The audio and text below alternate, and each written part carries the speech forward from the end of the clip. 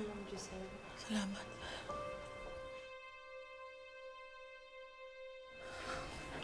Giselle. Condolences. I know hindi tayo maayos, pero I just wanted to let you know that I'm here for you.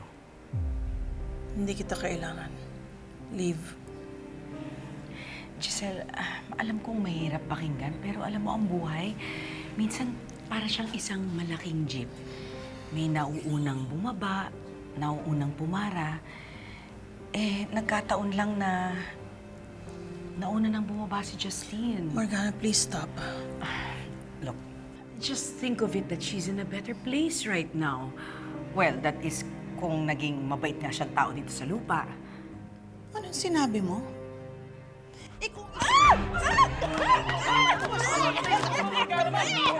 Walang iya ka! Bastos tong babae to. Papatayin ko yan eh! Ako na nga itong nakikiramay. Ako pa pinagbubuntanan mo ng galit mo.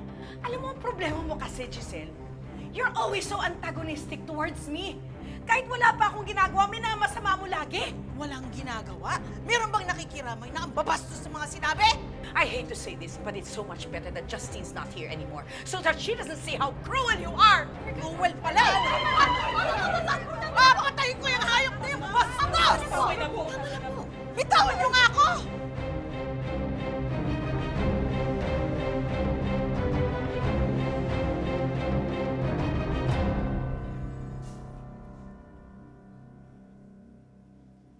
Sir, pasensya na po. Ako po muna ang pinaharap sa inyo ni Ma'am Giselle.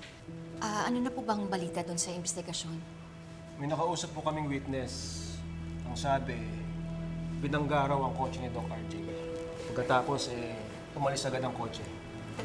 Binangga? So, ibig mo sabihin, sinadya yung nangyari? Posible po. Nakita ko ba kung sino nagmamaneho ng kotse? Hindi po. Tinted po kasi ang sasakyan at madilim ang kalsada. Ay, naku, Lynette. Hindi kaya si Morgana ang may gawa nito? Diyosa, imposible naman si Morgana kasi nung nangyari yung aksidente, nandito siya sa ospital. Oo, at saka, ba't naman babanggay ni Morgana si RJ? Ano bang mapapala niya doon? Kung hindi siya, sino gagawin ito kay Doc RJ?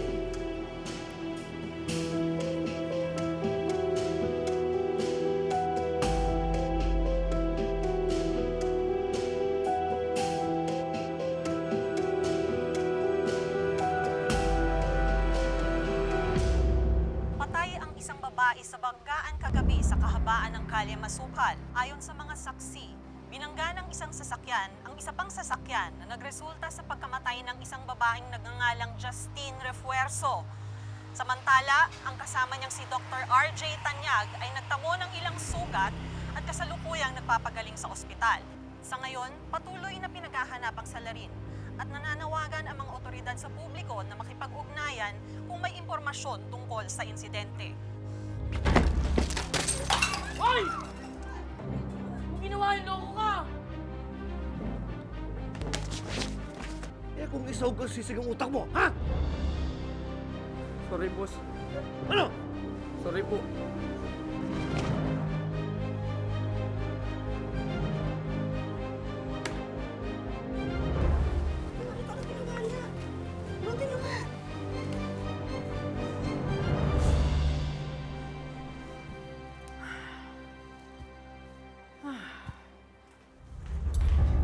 I heard what you did last night.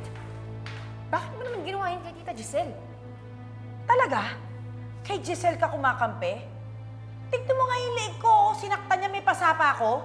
Ikaw naman may kasalanan yan eh. Paano naman? Ang sarap niyang asarin. Alam mo, kumanda yung babaeng yan sa akin. Ididemanda ko siya para lalong sumakit ang ulo niya sa akin. Pwede ba? Tigilin mo na nga si Tita Giselle. She's grieving. At isa pa, gusto mo bang maging suspect sa nangyari kay Dad at Justine? Bakit ako? Ako ba gumawa? At isa pa, may alibay naman ako. Well, isa ka sa mga kaaway nila. So you better behave. Gusto mo ba? Isipin nila na may kinalaman ka? Especially nandun si Gilbert sa place ng banggaan.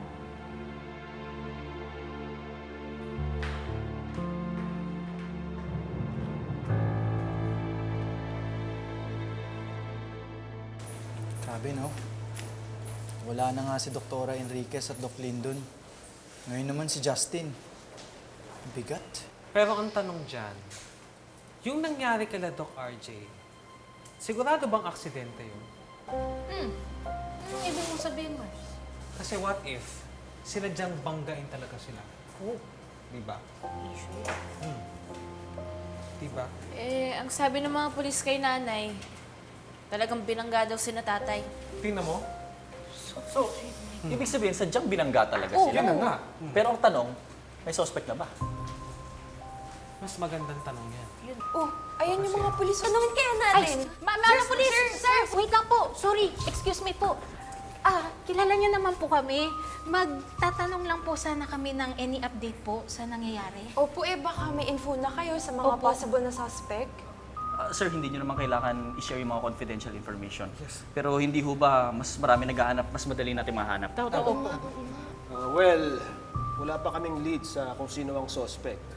Pero meron kaming nakuhang baril sa pinangyarihan ng banggaan. Baril? Kanino po yun? Inaalam pa po namin daw.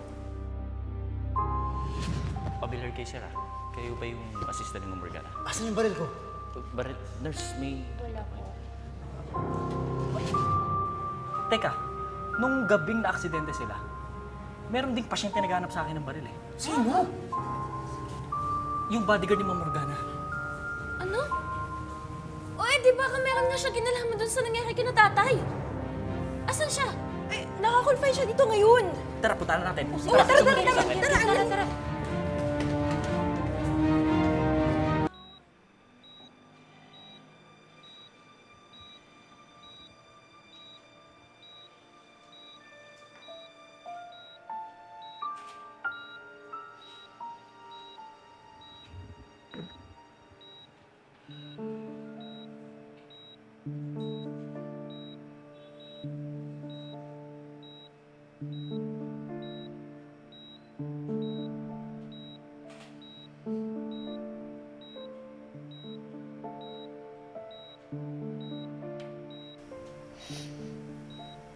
Saya ako na okay ka.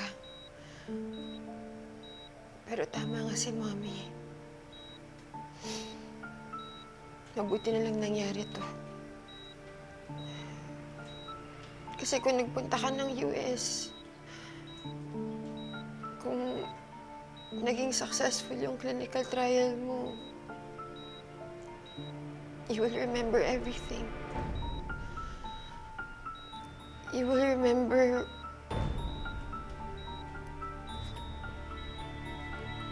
my secret.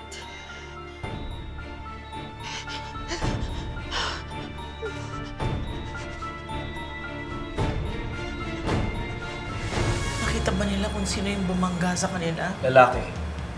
Moreno, matangkad. Hindi kaya si Carlos yun? Wala po ba talaga kayong idea kung sinong bumangga kay Doc RJ? Kasi alam nyo, ang chika-chika ng mga marites, kayo daw. I leave it up to the mga marites to decide whether I'm guilty or not guilty. Bakit kaya gusto ni Justine na nandun kaming dalawa ni Annalyn? Family meeting yun eh. Tapos ang wala, si Zoe. Hindi po kaya tungkol kay Doc Zoe yun? RJ, kamusta yung pakiramdam mo? Okay ka lang ba? Lynette, bumalik na ang alaala ko. I can remember everything now.